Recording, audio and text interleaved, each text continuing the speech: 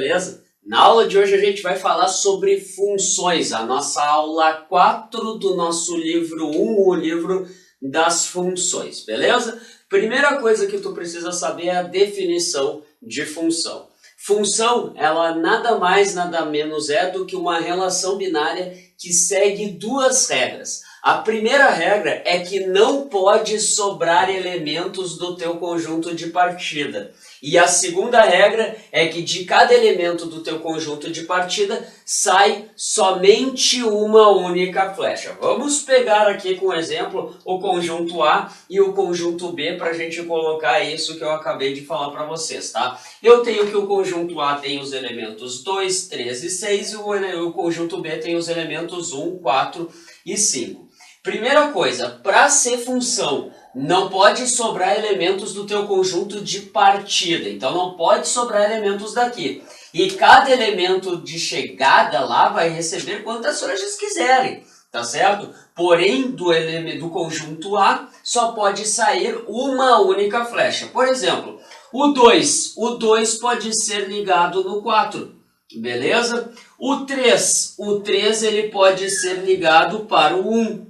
E por final o 6 ele pode ser ligado para o 4. O que tu percebe? Não sobrou elementos do teu conjunto de partida, do teu conjunto A, e todos os elementos do conjunto A só saem uma única flecha de cada um deles, tá?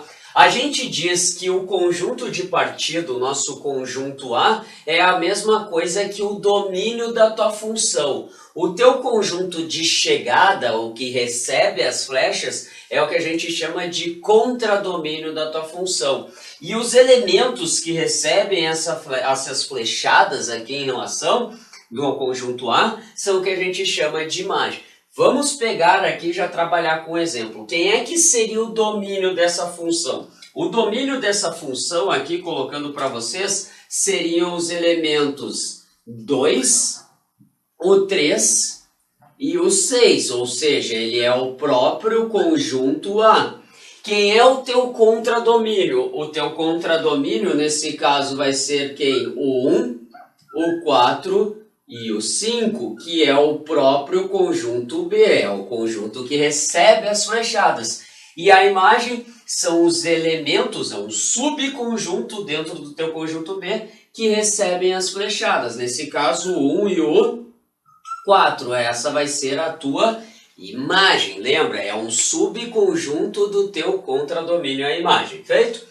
Classificação das funções. Existem 3 classificações aqui das funções. Elas podem ser ditas injetoras, sobrejetoras e bijetora. O que significa uma função ser injetora? Uma função ser injetora é que quem recebe as flechadas, quem recebe as flechas dos elementos do conjunto A, recebe somente uma única flecha. Pensa em injeção. Quando tu vai tomar uma injeção, tu quer tomar no máximo uma, tá certo? Tu não quer tomar 10 injeções naquele mesmo dia, então tu vai querer tomar no máximo uma se for para tomar. Então lembra, aqui por exemplo, o 2 eu estou ligando para o 1 e o 6 eu estou ligando para o 5. Eu tenho uma função injetora, porque tá vendo, não sobra elementos do conjunto A, e só sai uma única flecha de cada um desses elementos, e por ser injetora é que quem recebe as flechadas recebe somente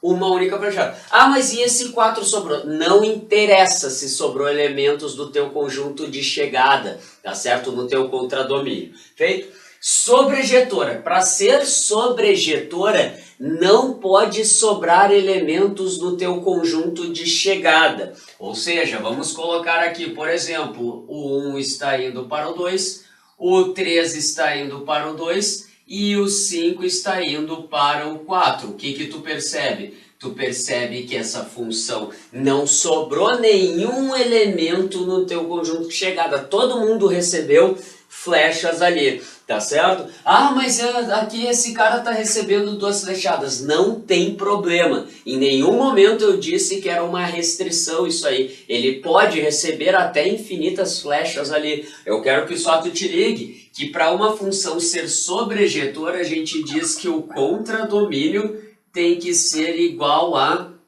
imagem da tua função. E para a gente ter uma função bijetora, uma função dita bijetora, ela tem que ser simultaneamente injetora e sobrejetora. Um caso aqui, por exemplo, o 1 ligando para o 4, o 3 ligando para o 2 e o 7 ligando para o 6. Essa função ela é injetora? Sim, porque quem recebe flechada recebe somente uma única flechada. Ela é sobrejetora? Sim, porque não sobra elementos no teu conjunto B, ou seja, no teu conjunto de chegada, o teu contradomínio. Se não sobra elementos no teu conjunto B, no teu contradomínio, então ela é injetora, ela é sobrejetora, logo ela vai ser classificada como uma função bijetora. Beleza, gurizada?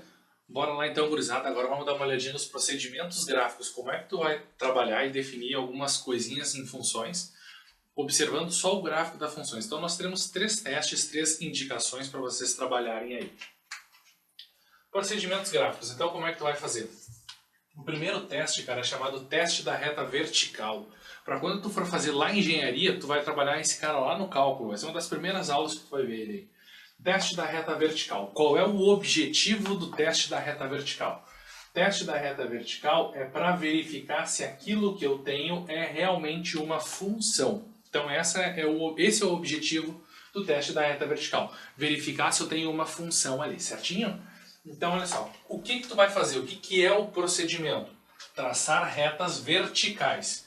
Por que tu vai traçar retas verticais, cara? Te liga só nisso aqui. Tu acabou de ver com Moisés quando eram funções. Então tu vai ter uma função f que vai de x em y. Essa é uma ideia clara de função. Todo mundo que está no x aqui, ó, todos os x que eu estou utilizando, esses carinhas aqui eu chamo ele de domínio. E esses y's aqui que eu estou utilizando é a minha imagem. Porque o que acontece aqui? Eu estou saindo de um conjunto X indo para um conjunto Y. O que vai acontecer aqui? Na verdade nem seria imagem, cara. Dá para trabalhar esse cara como contradomínio para os conjuntos que eu estou indo. Vamos botar aqui contradomínio. Então tu arruma ali, contradomínio. Olha só. O que acontece aqui? No X para o Y aqui. Tu acabou de ver com Moisés, cara, que para realmente ser uma função, cada x tem que ter apenas um y. Então, o que acontece aqui? Tu vai pegar a tua canetinha e vai começar a traçar retas verticais. Por exemplo, tracei uma reta vertical, que no plano cartesiano ela é uma reta paralela ao eixo y. Por que uma reta vertical? Vamos supor assim, ó, eu vou atribuir um número para esse x aqui. Ó. Esse x vale menos 2. Tu viu também na aula passada, envolvendo as relações binárias ali, que envolvia pontos e os pontos eram diferentes. O ponto 1, 2, por exemplo, é diferente do ponto 2, 1, lá no produto cartesiano, tu lembra? Então, olha só, o que acontece? Em qualquer lugar dessa reta verde aqui, o x sempre vai valer menos 2. O x vale em qualquer lugar dela menos 2. Aqui ele vale menos 2, aqui ele vale menos 2, aqui menos 2, aqui menos 2, aqui menos 2. Ou seja, em qualquer lugar dessa reta o x sempre vale menos 2. Quem está alterando o seu valor ali é sempre o y. E aí o que acontece? A minha reta x igual a 2, ó, porque essa é a tua reta, ó, x igual a menos 2 aqui. Essa reta cortou o gráfico aqui. E aí esse corte aqui levou para este y aqui, vamos chamar de y1, certo? Ou seja, para esse x só existe aquele y. Ah, vou fazer uma outra reta vertical. Beleza. Agora vamos botar aqui que vale 5. Ou seja, a tua reta vertical aqui é x igual a 5. E para x igual a 5, eu só corto o gráfico uma vez. O que isso quer me dizer? Que para esse x igual a 5, ó, só vai existir esse y que eu vou chamar de y2 aqui. Então, gurizada, a jogada é essa aqui, ó. Tu vai traçar retas verticais, porque para cada reta vertical o teu x é sempre o mesmo. Ou seja, se eu cortar o meu gráfico só uma vez, é porque é uma função. Ó. Tu percebe que cada vez que eu traço qualquer reta vertical aqui, eu vou cortar o gráfico apenas uma vez. Ah, Suri, se cortar duas vezes? Se cortar duas vezes não é uma função, porque tu tem um x indo para dois lugares diferentes. E também não pode ocorrer a situação, se está dentro do meu domínio, tem que ter alguém lá no contradomínio para corresponder a ele. O que isso quer dizer? Que eu não posso passar reto. Não posso cortar aqui, fazer a minha reta vertical e não cortar o gráfico. Então são essas opções. Para ser função, tem que cortar o gráfico e tem que cortar o gráfico uma vez. Certo, gurizada? E aí o teu gráfico ele é considerado então uma função. E aí depois nos exercícios que tu vai trabalhar comigo ali, se eu não me engano, deixa eu dar uma olhadinha na página 31 nós vamos trabalhar com alguns procedimentos gráficos e vocês vão ver ali quando é ou não é uma função envolvendo os gráficos aqui e fica bem nítido para ti quando tu olha um gráfico e vê que ele não é uma função. Próximo, o chamado teste do suja-tudo. Qual é o objetivo aqui? Tu vai projetar o teu gráfico no eixo Y. É como se tu colocasse luzes, digamos assim, no teu gráfico, à esquerda e à direita, e tu projetasse a sombra desse gráfico em cima do eixo Y. Qual é o objetivo? Porque quando eu trabalho com uma função de x em y, de reais em reais, ó, de reais em reais, significa que todo o eixo y é o meu contradomínio. Mas tu acabou de ver agora há pouco no início da aula com Moisés, que só é imagem é aquele cara que leva a flechada, tu lembra? Que tem que ter um correspondente no outro lado. Então quem leva a flechada é imagem. Então o que eu tenho aqui? Tu vai fazer a chamada teste do suja-tudo. Para que serve o teste do suja-tudo? Para determinar a tua imagem, a imagem da tua função. Esse é o objetivo do teste do suja-tudo. Como é que tu vai fazer isso? Projetando o teu gráfico no eixo Y. Então, por exemplo, tenho o meu ponto mais alto aqui, tenho o meu ponto mais baixo aqui, e quando eu projetar esse gráfico aqui, ele vai fazer toda essa sujeirinha aqui, ó. Toda essa parte do eixo Y, ó, gurizada, vai ficar escura. Só para nós termos valores de referência, eu vou chamar aqui de A e aqui de B. Ou seja, a nossa imagem nesse exemplo aqui, ó, a nossa imagem da nossa função, ela vai de B até o A. E aqui está para determinar a imagem da tua função. Então, qual é a ideia? É como se tu espremesse esse teu gráfico contra o eixo Y, e espremendo esse gráfico contra o eixo Y, essa partezinha vai ficar achurada. Ou a imagem do suja-tudo aqui, eu projeto uma luz aqui, essa parte do gráfico vai escurecer esse pedaço, e essa parte, este outro pedacinho aqui. E toda essa parte escura que fica aqui no meu eixo Y aqui, é o que eu defino e classifico como imagem da minha função. Certo, gurizada? Então, com o gráfico, tu vai conseguir determinar a imagem da tua função. E agora o chamado teste do passa-uma. O que tu vai fazer? Para que serve? Primeiro, vamos ver em etapas. Para que serve o teste do passa-uma? Para classificar se a tua função ela é injetora ou não. Certo? Se ela é injetora ou não. Como é que tu vai fazer isso? Traçando retas horizontais. Então, tu vai traçar retas horizontais aqui. Porque o que acontece aqui, gurizada, quando tu começa a traçar retas horizontais? Quando tu faz retas verticais, como no primeiro caso, para determinar se a reta se o gráfico é uma função ou não, e tu tem os x, os valores de x são constantes, quando eu faço retas verticais aqui, horizontais agora, desculpa, retas horizontais, cada y aqui, o y é constante, ó. y1, y2, y3, y4, y5. O que acontece? Para esse y aqui, gurizada, ó, só vai existir um x, que está aqui. Para esse y, só esse x. Então, se tu cortar o teu gráfico apenas uma vez, sempre traçando retas horizontais, significa que a tua função ela é uma função injetora. Lembra que para ser injetora, quem leva a flechada só leva uma. E quem leva a flechada é o meu eixo Y, é a minha imagem. Então, quando eu traço essas retas horizontais aqui, e eu corto o meu gráfico apenas uma vez, lembrando, apenas uma vez, cortando o gráfico apenas uma vez, a função ela é classificada então como uma função injetora, que depois isso vai ser útil para tu trabalhar lá nas funções inversas que nós vamos ver na próxima aula. Tranquilo por enquanto, gurizada? De boas? Bora lá então, gurizada. Lá no final da tua página 30, vamos fazer o exercício 1 para verificar qual desses itens aqui, entre 1, 2, 3 e 4, é realmente uma função de A em B. Lembra, cara, que tu viu com Moisés lá no início da aula que para ser função tem que soltar apenas uma flecha.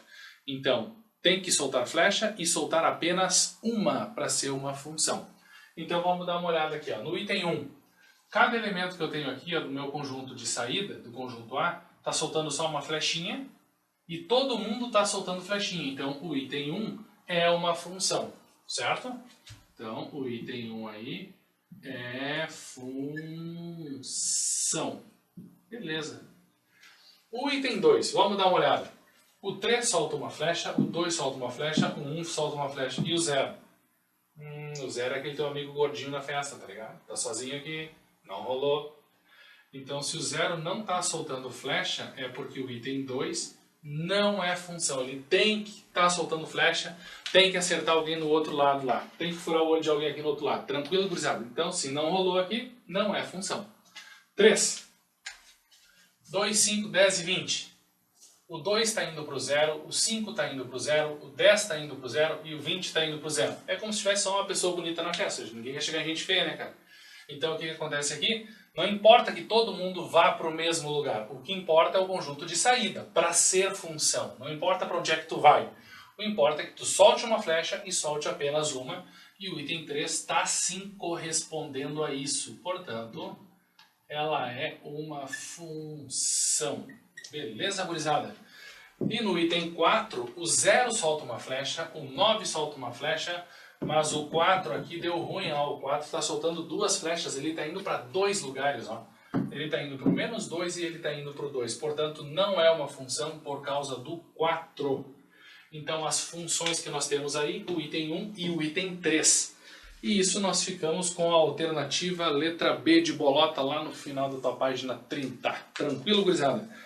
Vira a tua página agora, vai lá para a tua página 31 e vamos analisar agora quando nós temos funções observando os gráficos. Eu vou começar por aqueles gráficos mais simples e mais fáceis de analisar. Por exemplo, o gráfico 4. O gráfico 4 é um gráfico muito fácil de tu analisar e verificar que não é função. Lembra que eu acabei de te explicar que para ser uma função tu vai utilizar o teste da reta vertical. E o teste da reta vertical tem que fazer retas verticais e cada reta vertical cortar meu gráfico só uma vez. E aí quando eu traço essa reta vertical, por exemplo, eu percebo que para esse x aqui, ó, eu estou cortando em dois y's que são diferentes, ó. E aí como eu estou cortando em dois y's que são diferentes, ó, y1 e y2, não é uma função. Pensando nesse gráfico da questão 4, seria a situação do 4 aqui, ó. Ele está indo para dois lugares diferentes. É justamente o que eu tenho nessa situação aqui com o gráfico. Tranquilo, gurizada? O 2, ó. Vou fazer o 2 primeiro. Começo a traçar retas verticais. E aí eu vou perceber, cara, que não importa quantas retas verticais eu faça, eu vou sempre cortar o gráfico em apenas um lugar. E aí, portanto, esse item 2 aqui, ele é uma função, assim como o item 4 não é uma função. Tranquilo, gurizada? O nosso item 3 aqui, desculpa, não era o 2, era o 3. Nosso item 3 aqui, então, ele é uma função. Vamos para o item 1. Começo a traçar retas verticais. E aí eu vou perceber, cara, que cada reta vertical que eu faça vai sempre cortar o gráfico em apenas um local. E se eu traço retas verticais e corto o meu gráfico em apenas um lugar, é porque aquele gráfico sim representa o gráfico de uma função. Aqui, ó, olha no item 2. Então, deixa eu marcar aqui o item 1 primeiro. Ok, o item 1, check, e o item 3, check é a função também. E agora no item 2, ó. Começo a traçar retas verticais. Por enquanto, eu percebo que cada vez eu estou cortando o gráfico em apenas um local, certo? Só que quando eu faço o gráfico aqui, ó, traço a reta vertical aqui, o que eu quero te chamar a atenção? Tu tá vendo que esse pedaço aqui, ó, todo ele está valendo para o mesmo x? Significa que esse pedacinho aqui, ó, tá indo para o mesmo... Esse mesmo x, ele está indo para vários y's que são diferentes. Num gráfico de uma função, tu nunca pode ter nenhum pedaço do gráfico formando uma linha horizontal, vertical. Eu nunca posso ter um pedaço do gráfico vertical para ser uma função. Nunca será uma função se o pedaço do gráfico aparecer uma linha vertical, justamente por causa do teste da reta vertical. Porque cada reta tem que cortar o gráfico apenas uma vez, e aqui cortou infinitas vezes nesse pedacinho aqui. Em infinitos valores de y, esse mesmo x está indo. Portanto, o item 2 ali não é uma função. Nós ficamos com o item 1 e o item 3 como funções ali também na letra B. Tranquilo, gurizada? De boa esses caras aqui, né? Não tem ruim. Seguindo o barco aqui com vocês, galera, o exercício de número 3 para a gente falar sobre ele. O que ele te diz? Ele te dá o conjunto A, te dá o conjunto B, te dá a função que satisfaz o conjunto A e pede a imagem. O que tu vai fazer numa questão dessas aqui? Tu vai calcular o valor numérico. Ah, mas tu não falou em valor numérico. É bem simples. Se ele te deu a f de x é igual a x mais 4 e tu quer calcular a f de menos 1, a f de 0, a f de 1 e a f de 2, a f de menos 1, tá vendo que no lugar do x eu coloquei menos 1? Então eu só vou substituir o meu x por menos 1 e eis que está resolvido. Então vamos lá. A f de menos 1, então menos 1 vai me dar o quê? Menos 1 mais 4, menos 1 mais 4, isso vai me resultar em 3. Significa que o menos 1 me leva para o 3. A f de 0 vai ser 0 mais 4, e 0 mais 4 me resulta em 4. Então o 0 leva para o 4. O 1, a f de 1, tu vai fazer o quê? 1 mais 4, 1 mais 4 me resulta em 5. E ainda a f de 2 vai ser 2 mais 4. Com isso eu chego que vai dar 6. Significa que o 2 leva para o 6. Então eis que eu tenho a imagem da minha função. A imagem da minha função vai ser quem? 3, 4, 5 e 6. 3, 4, 5 e o 6, ou seja, ela é um subconjunto do teu contradomínio, o teu contradomínio sendo o conjunto B. Valor numérico. Então eu já fiz um exercício de valor numérico sem explicar valor numérico. O que é o valor numérico? Se eu te der uma função em função dx, ou seja, uma f de x, e perguntar qual a f de a, no lugar do x tu vai colocar a e tu vai calcular o valor numérico.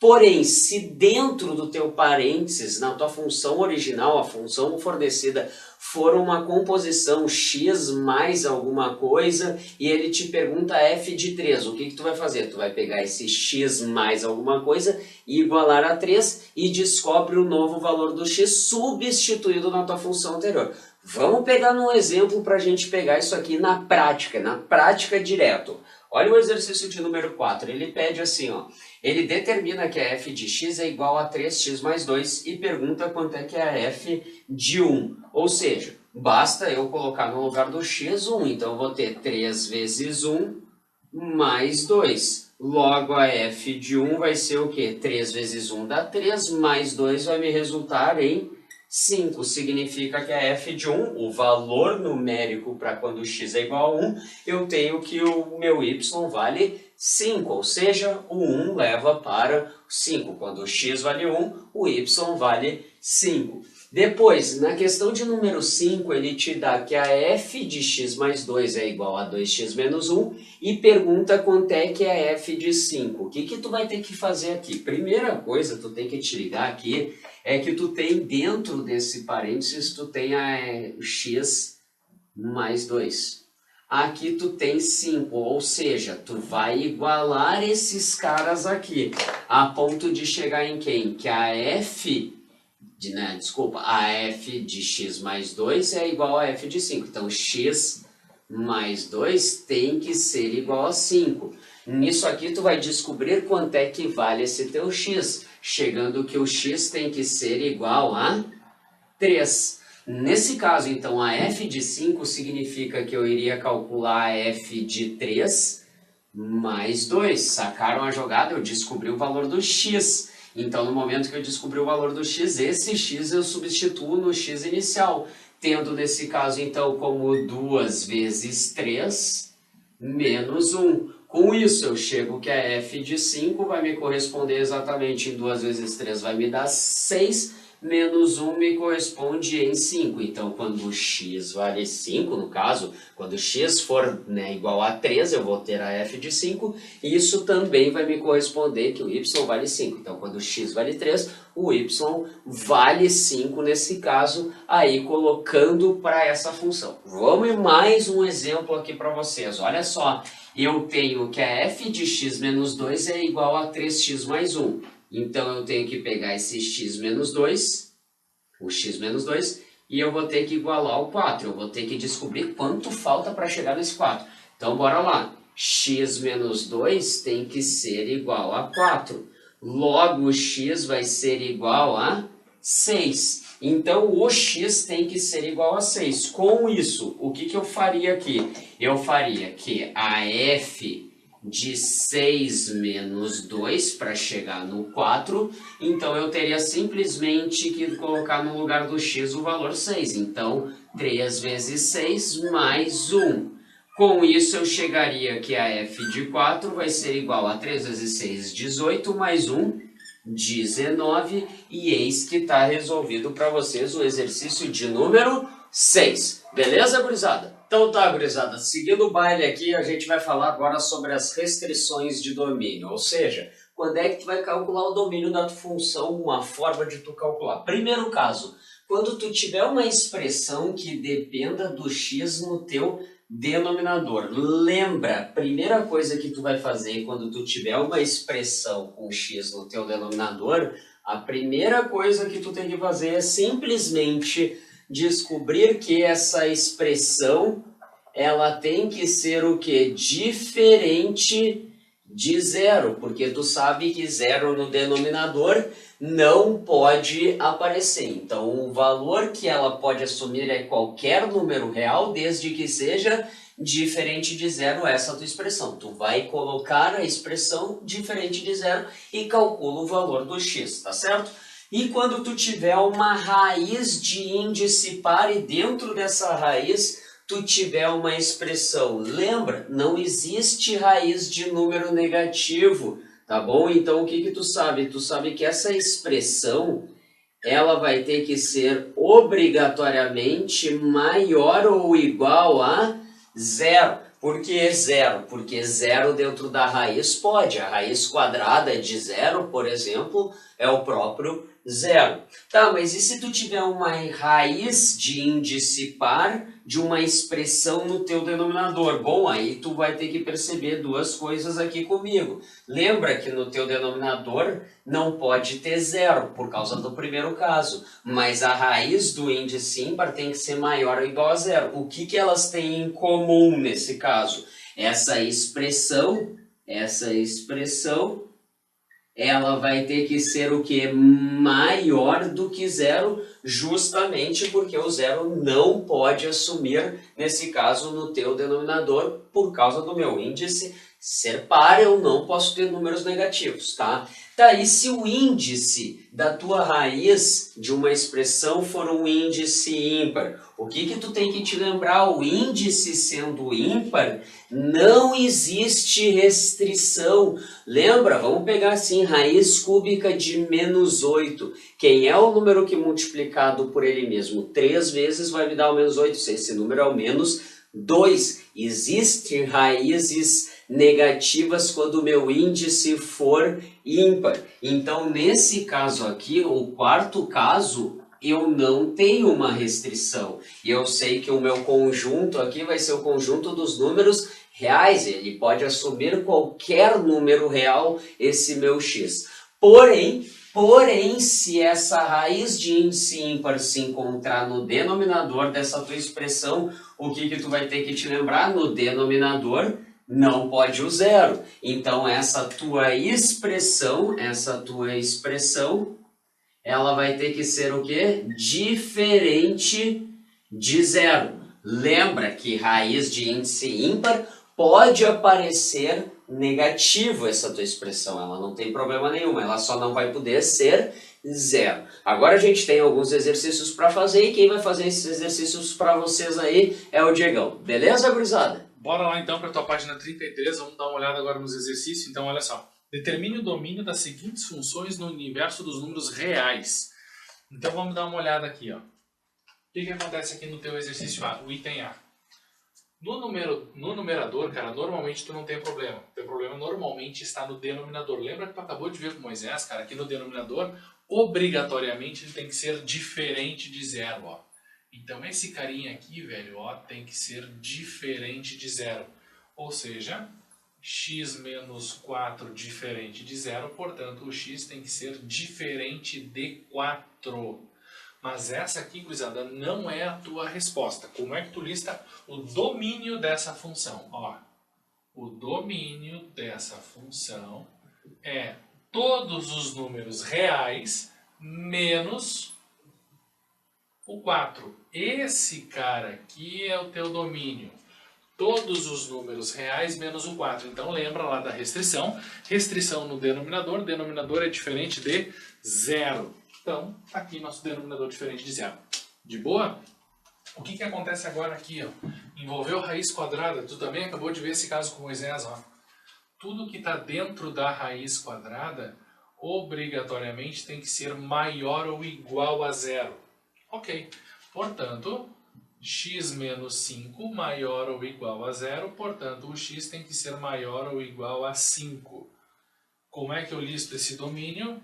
O domínio da minha função f é igual a 5, porque é maior ou igual. Lembra do intervalo da aula passada, cara? Intervalo fechado, maior ou igual ao mais infinito. E aí tu lembra também que do infinito é intervalo sempre aberto. Tranquilo, gurizada? De boas até aqui? Matamos duas já, né? Então, olha só. Cola aqui. Esse cara aqui está no teu denominador. E é uma raiz quadrada. Dentro da raiz quadrada, pela orientação que tu tem, tu sabe que dentro da raiz quadrada tem que ser maior ou igual a zero. Tranquilo? Maior ou igual a zero. Só que agora te liga numa coisa. Essa tua raiz aqui, velho, ela está no teu denominador. E o teu denominador, lembra, tem que ser diferente de zero. Então eu não posso ser maior ou igual a zero. Eu tenho que ser maior que zero. Eu não posso usar o igual a zero. Porque se eu pego a raiz quadrada de zero, dá zero e eu vou ter um zero aqui no denominador e não rola. Então aqui tem que ser maior que zero. Portanto, 3 menos x tem que ser maior que zero. Portanto, 3 tem que ser maior que o x. Tranquilo? Ou olhando pelo outro ponto de vista, o x menor que o 3. Como é que eu listo o domínio aqui, gurizada, ó, dessa função f? O domínio vem do menos infinito até o 3. Lembra, menor do que 3, então o 3 não faz parte do intervalo, é intervalo aberto. E o colchete está virado para fora do número ali. De boas essa, né? Bem tranquilo. Essa aqui vai te dar um pouquinho mais de trabalho. O que acontece aqui na letra D? Na letra D aqui, ó, o numerador ele é uma expressão algébrica. Ok. O numerador, então, eu não estou nem aí para o numerador. Tanto faz.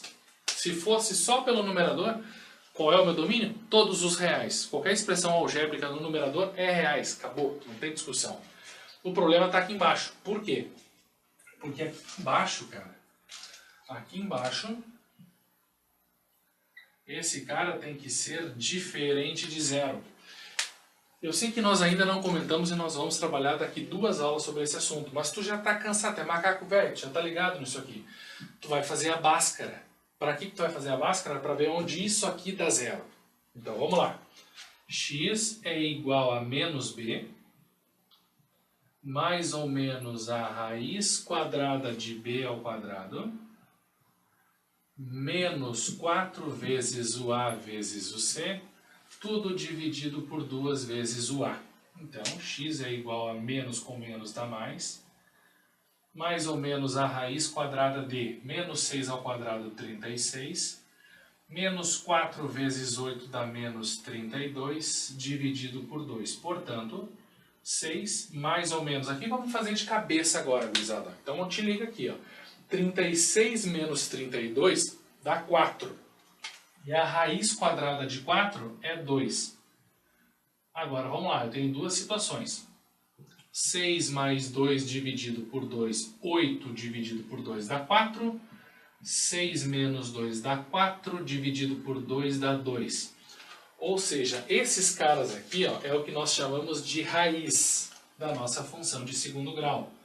São os dois valores de x que fazem a minha função dar zero.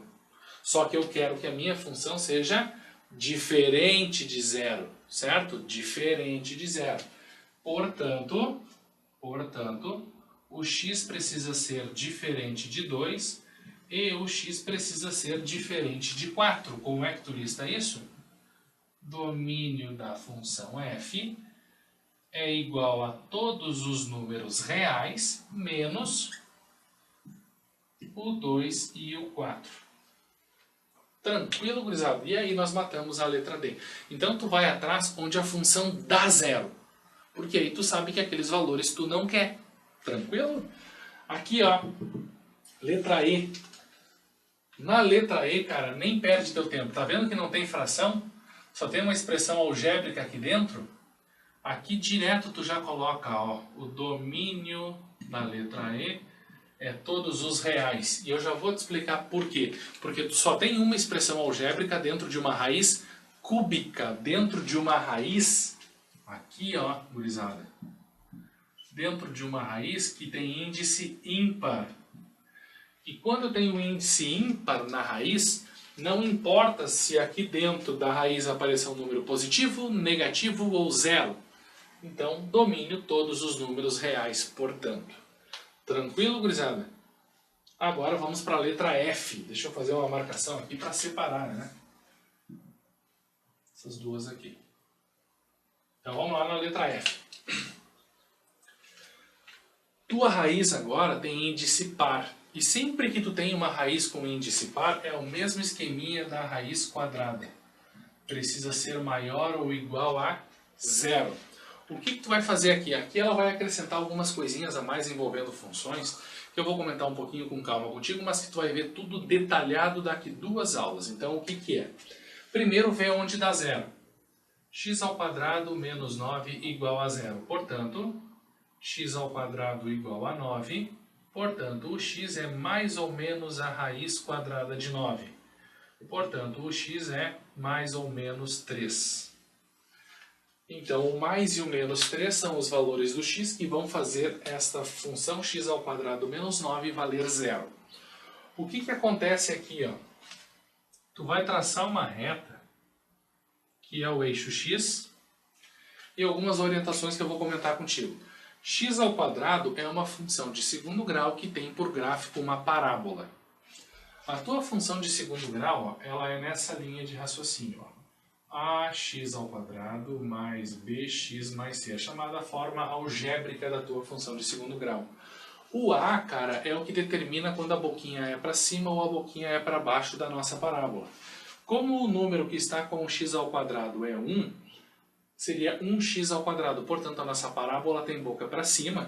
E esses dois lugares aqui são os lugares que eu estou cortando o x. Então, eu estou cortando o x no menos 3 e no mais 3. E a tua parábola seria isso aqui, gurizada, ó. E eu estou cortando no menos 3 e eu estou cortando no 3.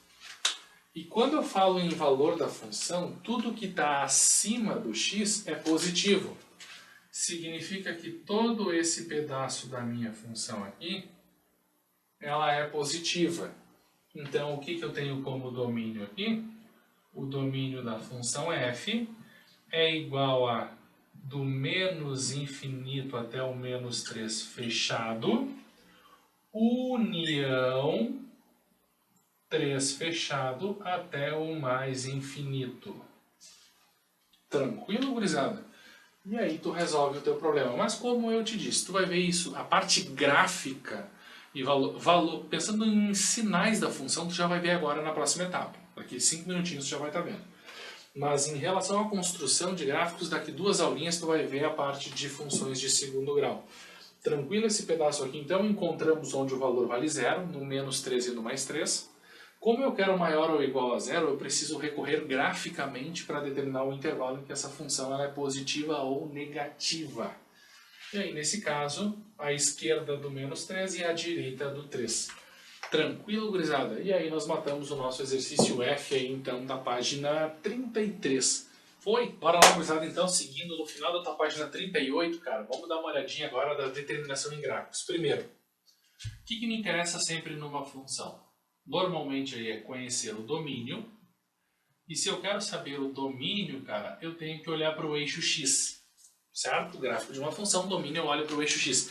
Imagina, cara, tu achatando, velho, tu comprimindo esse teu gráfico no eixo X. Quando tu comprime esse teu gráfico no eixo X, ó, todo esse pedaço aqui fica marcado, ó.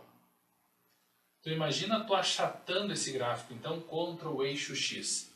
Achatei esse gráfico contra o eixo X aqui, eu consigo o domínio da minha função. Portanto, o domínio vai de 0 a 4. Então, nosso domínio aqui de 0 a 4. Tranquilo, gurizada? E o outro item que nos interessa envolvendo funções também é o cara que a gente chama de imagem. Que tu acabou de ver um pouquinho tempo atrás comigo, que tu vai olhar para o eixo Y. Lembra do suja tudo? O suja tudo serve para tu determinar a tua imagem. Assim como tu prensa o teu gráfico no X, tu pode prensar ele no Y. E se tu prensar esse gráfico no Y, essa partezinha do eixo Y fica mais escurinha. Prensei o gráfico no Y, esse cara aqui é a minha imagem. E a minha imagem, então, aqui vai de 0 até 2. Tranquilo, gurizada, aqui? De boa? Então, olha só. Se aqui não tem dúvida, vira a tua página, vai lá para a página 34. Isso, 34. E vamos dar uma olhada agora quando a função ela é crescente, decrescente ou constante. Olha só, algumas coisinhas que eu quero comentar contigo. Vamos dar uma olhada aqui, ó. Crescente. Crescente. Então, tu pega o teu post-it aí e anota. Quando que tu considera uma função crescente? Olha só. Se A maior que B, vírgula, então f de A é maior que o f de B. Então, cara, a tua função ela será crescente se eu considerar dentro de um intervalo A, B, qualquer valor que eu pegue dentro desse intervalo, se o valor do A é maior que o valor do B, ou seja, quanto mais à direita eu pegar um valor do x, maior será o valor da minha função. E graficamente, cara, tu vai enxergar esse pedaço aqui que eu estou mostrando para ti em laranja, ó. Esse pedaço em laranja e este pedaço em laranja aqui, ó, é o intervalo em que a tua função ela é considerada crescente. Tranquilo, gurizada? Então, olha só. Vamos anotar aqui, ó, crescente. Crescente. Qual é o intervalo que a minha função ela é crescente? E, cara, quando tu lista o intervalo, tu sempre olha para o eixo x, porque tu está interessado em saber quais são os valores de x que vão fazer aquela função virar uma função crescente, ó. Eu começo no menos 6, ó, e a minha função vai crescendo, crescendo, crescendo, crescendo, crescendo, crescendo, até chegar aqui em cima. Eu esqueci de anotar esse ponto aqui no gráfico, gurizada, ó. Esse cara aqui, ó, aqui embaixo, ele é o menos 1. Então a nossa função ela vai crescendo aqui, ó, quando o x está variando do menos 6 ao menos 1. Então tu vai lá, crescente, do menos 6 ao menos 1, união, porque eu tenho outro pedaço em que a minha função ela é crescente, ó. E quando tu analisa esse pontinho, ela é crescente do 7 até o 9, ó. Dentro desse pedaço, ó, a tua função ela é crescente. Só uma coisa que eu quero te chamar a atenção. Tu tá vendo que aqui embaixo a tua bolinha é fechada. Significa que aquele valor faz parte do teu intervalo. Só que lá em cima, cara, a tua bolinha é aberta. Então dá uma olhada ali no teu gráfico, no livro. Como a tua bolinha é aberta, significa que aquele número não faz parte do teu intervalo, é um intervalo aberto ali. Ou seja, o 9 não faz parte, o 9 só é um extremo. Então, eu estou pegando do 7 ao 9, só que o 9 aqui, gurizada, ó, é aberto, é intervalo aberto. Então, o que nós temos aqui? Crescente de menos 6 a menos 1, união de 7 a 9. Tranquilo? Agora vamos dar uma olhada onde a função ela é constante.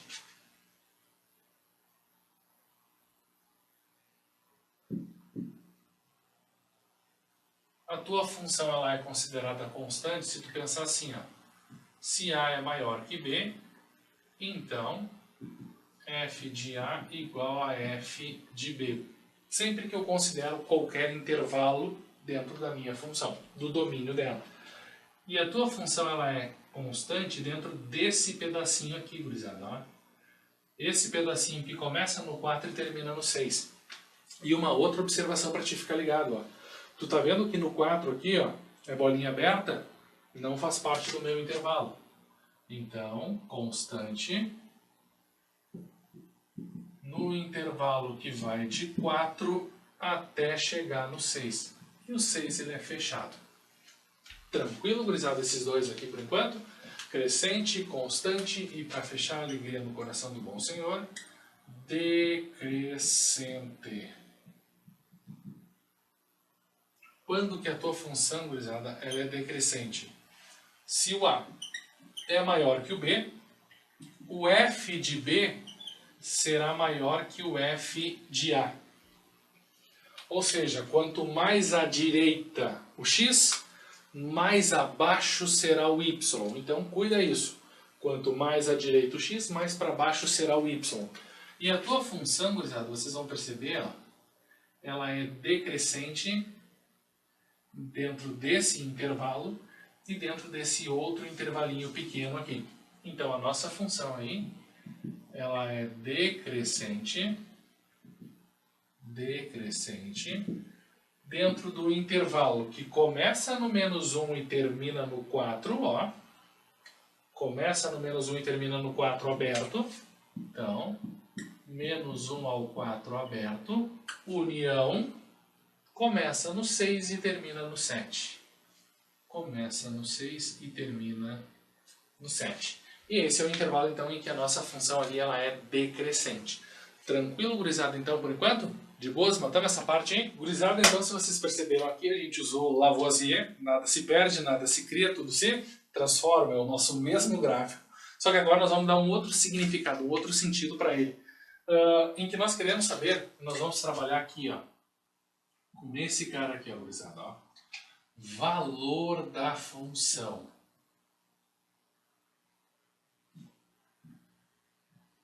Ou melhor, sinal da função.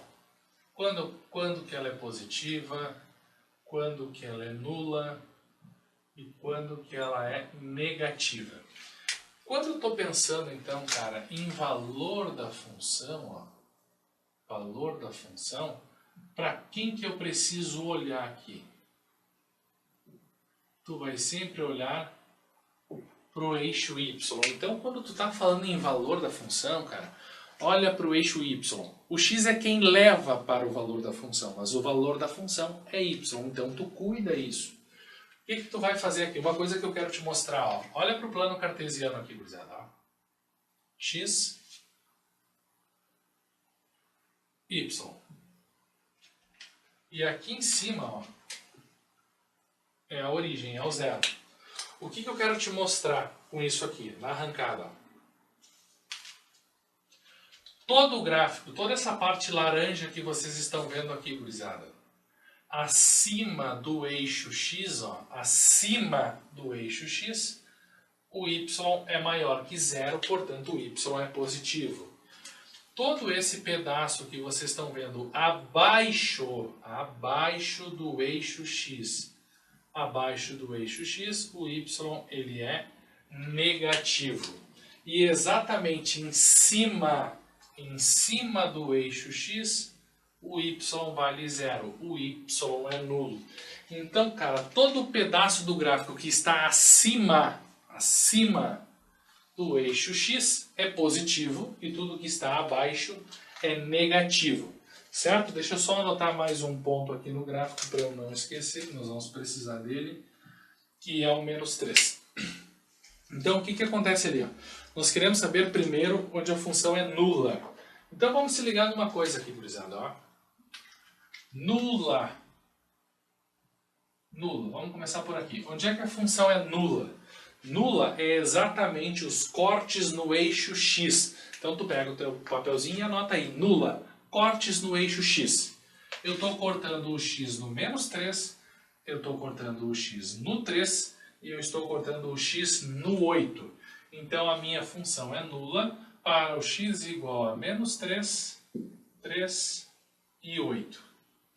Então esses três valores a minha função ela é nula. E por que eu estou listando entre chaves? Porque eu estou listando os elementos. Eu estou dizendo quais são os elementos, o menos 3, o 3 e o 8, certo? Agora aqui, gurizada, ó, quando que a função ela é positiva? Lembra, positiva está acima do eixo x, ó. Todo esse pedaço aqui, gurizada, do teu gráfico, ó, todo esse pedaço aqui do teu gráfico está acima do eixo x. E todo esse pedaço que se encontra acima do eixo x, a tua função ela é positiva. Então, vamos dar uma olhada agora aqui onde a função ela é positiva. Ela começa no menos 3 e termina nos 3. Ó. Todo esse pedaço, ó, tu percebe que está acima do x. Então, esse pedaço te leva para valores positivos da tua função. O que vai acontecer aqui? Só tem que ter um cuidado que o menos 3 e o 3 não te levam para valores positivos. Por quê? Porque o menos 3 vai te levar para o 0 e o 3 te leva para o 0. Portanto, é um intervalo aberto. Ó, de menos 3 até o 3.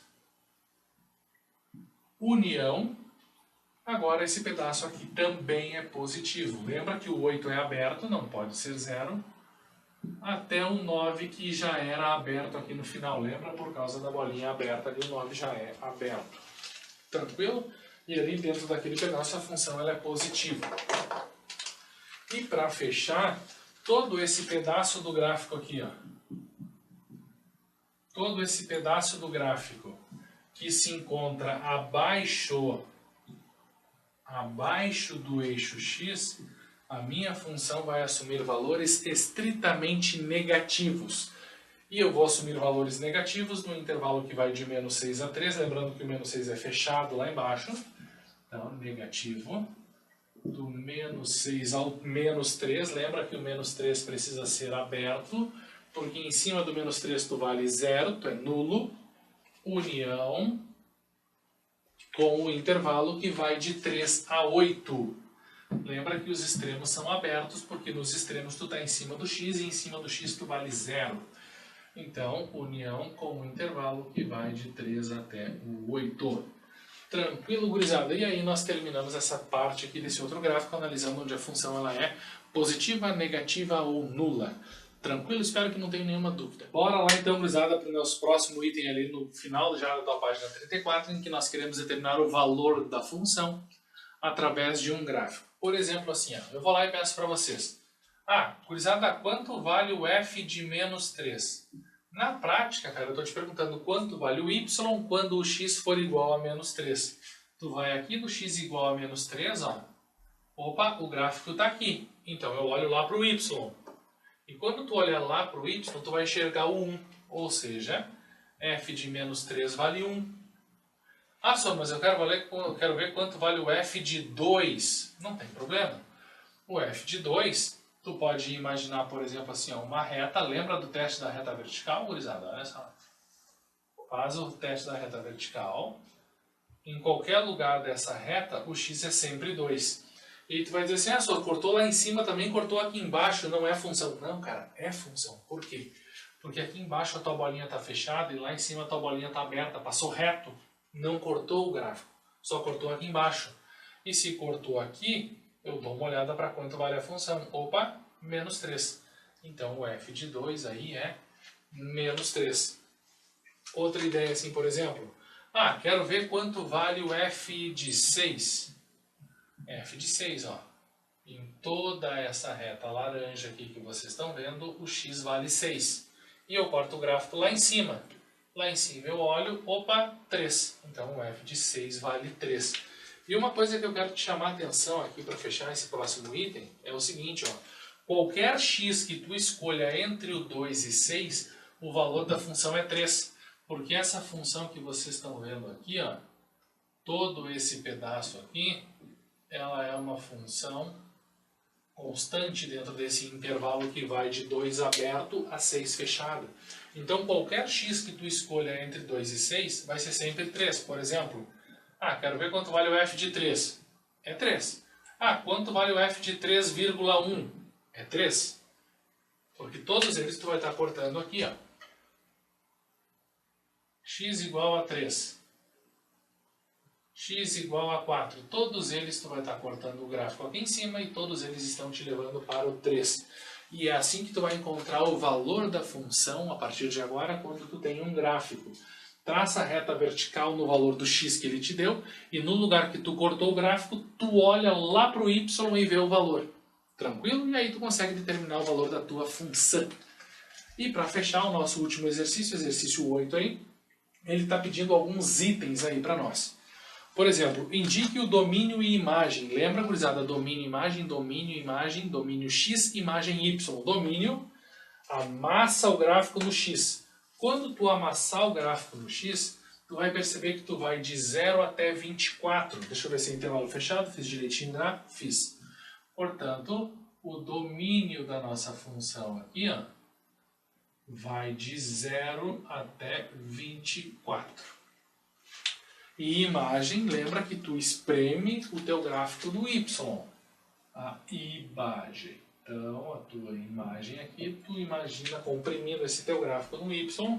Quando tu comprime ele no y, tu vai achurar, tu vai pintar todo esse pedacinho aqui, ó, que vai lá do menos 5 até o 13. Então, a tua imagem é do menos 5 ao 13 também fechado, porque os extremos aqui estão fechados, então lá também será.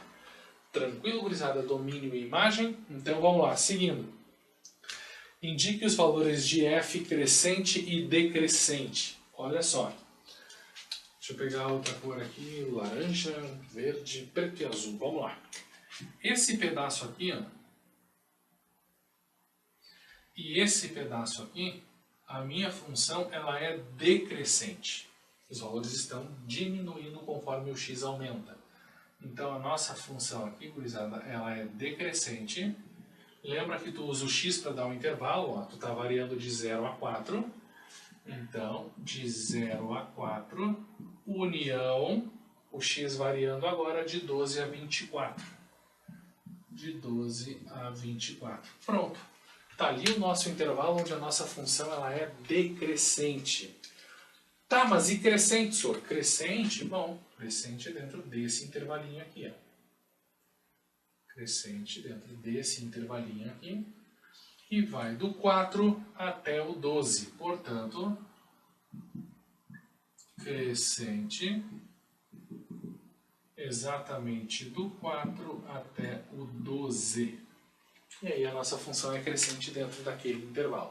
Eu acho que esses caras são bem tranquilos para tu identificar quando tu trabalha um gráfico, certo, gurizada? Eu vou para a quarta seta contigo, depois eu volto para a terceira. O que a terceira seta pede para ti? A soma dos valores, ó, de f de 0, de f de 4, f de 8 e f de 12.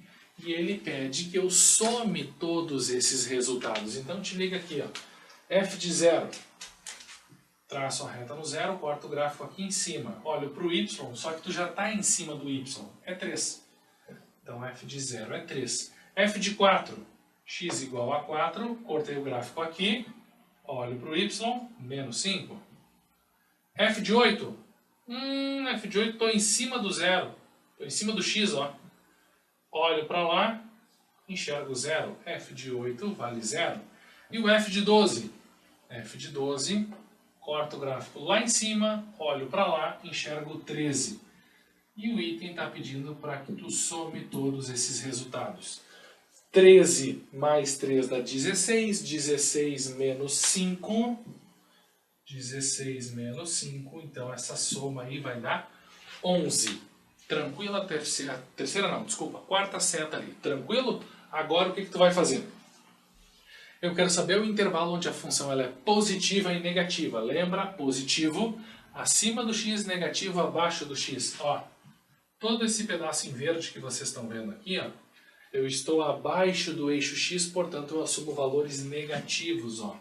Então a função ela é negativa no intervalo que vai de 2 a 8. Só que tu lembra que tu não pode usar o 2 e o 8. Então teu intervalo vai ser colchete virado para fora, vai ser intervalo aberto. Porque em cima do 2 e do 8, lembra que tu está em cima do x. E quando tu está em cima do x, a tua função ela vale 0. Então negativa no intervalo que vai de 2 até 8. Ou seja, qualquer x que eu escolha entre 2 e 8, a minha função vai assumir valores negativos. E positivos, cara, tudo que está acima do x, ó, todo esse pedacinho aqui, que vai de 0 a 2, que eu vou juntar com todo esse outro pedaço aqui. Ou seja, vamos botar aqui positivo, positivo, e aqui também é positivo. Certo? Vamos lá. Onde é que a nossa função, então, ela é positiva? Em que o f assume valores maiores do que 0. No intervalo que vai de 0 a 2, lembra, 2 aberto, não posso pegar em cima do x, união, 8 também aberto, até o 24. Fechado o 24 aqui no final, porque a bolinha aqui do 24 é uma bolinha fechada. Então tá aí, ó. Domínio, imagem, crescente, decrescente, negativa e positiva. Tranquilo, gurizada? E assim nós encerramos essa primeira parte envolvendo funções. E aí na próxima aula eu conto com a tua presença de novo para nós trabalharmos as funções de primeiro grau que sempre aparecem no Enem e na URGS. Então tu fica ligado porque elas vão aparecer de novo. Certo, gurizada? Um abração e até a próxima.